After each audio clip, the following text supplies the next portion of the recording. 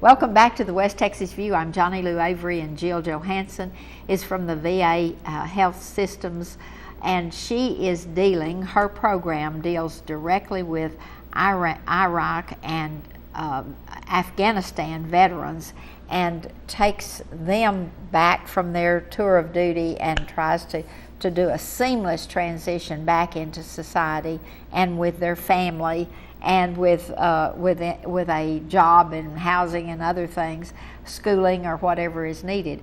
She's been talking to us a little bit about their special needs that has generated from this war, which is different than other wars and has different needs.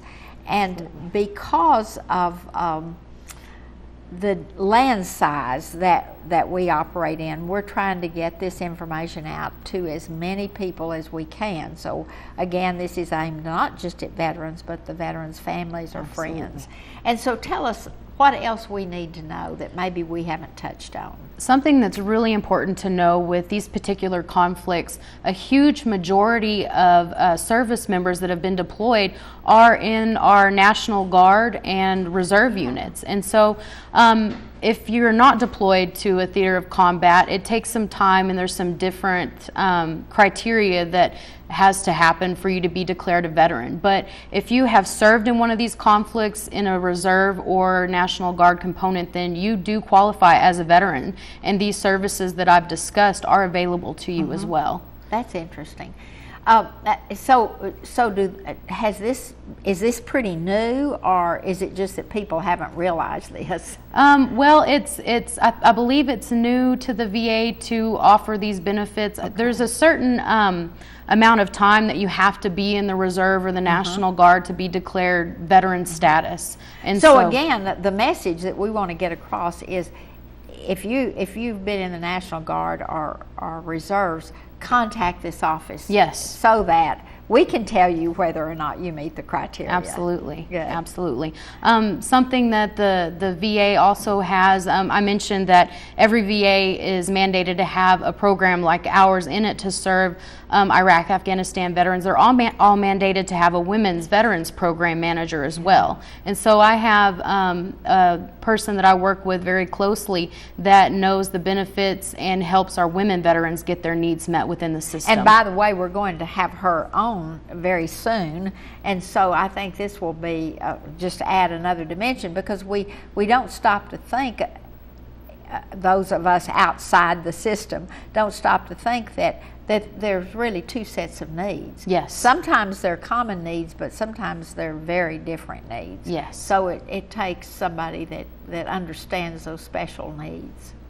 Absolutely. Absolutely. Well, talk a little bit about some of the people that your office takes care of, and some of the other staff members within your office, and how they deal with some of these other outlying groups that help. Okay. Well, the VA noted and acted in a way when they formed these programs, these OEF programs, that there is a variety of needs in this population of veteran. And so they felt that the best way to meet all those needs was to have a combination of a social worker and a nurse. And so my program is comprised of myself. I'm the social worker in the program, and I have 2 RN case managers that I work with. So whenever all of our discipline, differences and our disciplines come together, we're able to really have a great comprehensive understanding of the person and their needs and those types of things. And so we serve people that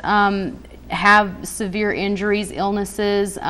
Some of them have had amputations, serious burns, some very serious battlefield injuries, to people that are just having a difficult time making that adjustment in life. Getting over the stress. Absolutely, absolutely. And we have access to a variety of programs. If somebody's suffering from post-traumatic stress disorder, we can work with you on an outpatient basis, and we also have access to wonderful inpatient post-traumatic stress disorder programs as well. And again, the people that are in the outlying area, not really close to the office, those can be arranged in other ways. I want to talk a little bit about how you work with the Veteran Service Officer in each county. Okay, they are so important. They're so vital because our catchment area is so large and we depend on them a great deal. We have a very open line of communication with our veteran service officers. We refer people to them very regularly and they refer people to us very regularly. Something that the veteran service officer does is help a veteran whenever they're trying to file their VA claims. And so we refer them to the veteran service officer to review, what medical records they might have already and get them set up to do a claims examination and that type of stuff and go through that entire process. They also do counseling for the veteran, the family, know the community resources that are available and can connect them with those community resources. So somebody in Sanderson, for example, might that county might be able to help them find a job easier than you would. They can. That would be one of the things that you would do, is to make sure that they knew that the veteran service officer. Absolutely. And it's easier to go 10 minutes across town than it is to come 4 hours to Odessa or Midland or Big Spring. And I hope that all the veteran services out there have our contact information, our numbers and everything, because we're happy to help you. I think that we've got a good message out to them and vice versa, and anything we can do to help the veteran service officer as well, we're happy to do. And I know that the veteran service officers come for a joint meeting at the VA about once a month, and so they learn all the latest things that are happening. And that's another interesting thing to me, is that that there is constant improvement and upgrade to the services and the benefits and the scope of the benefits for our veterans, more and faster than I've ever seen it before. And even for those that are older, that now we've got the cemetery, we've got the veterans home, we've got the Alzheimer's unit. So we've got all kinds of services for the older people too, that have been veterans in past conflicts. Right. So we've got about 1 minute. Is there anything else that you want to say other than the fact that to be sure and take this information across the screen, or give me a call and I will get you the information you need? Absolutely. Anything I can do to help, my program can do to help a veteran, their family, veteran services officer, we're there to do so. And even if you're not from West Texas and you have a question about who your OEF OIF contact is in your area, get a hold of me and I'll put you in contact with that person. It's been a pleasure to have Jill here today. We hope that you got a lot of information. We'll be back next week with another program, and very soon we're going to have the women's service officer to come and talk about the women veterans and some of the special needs that they have. We'll see you next Sunday. Okay, perfect.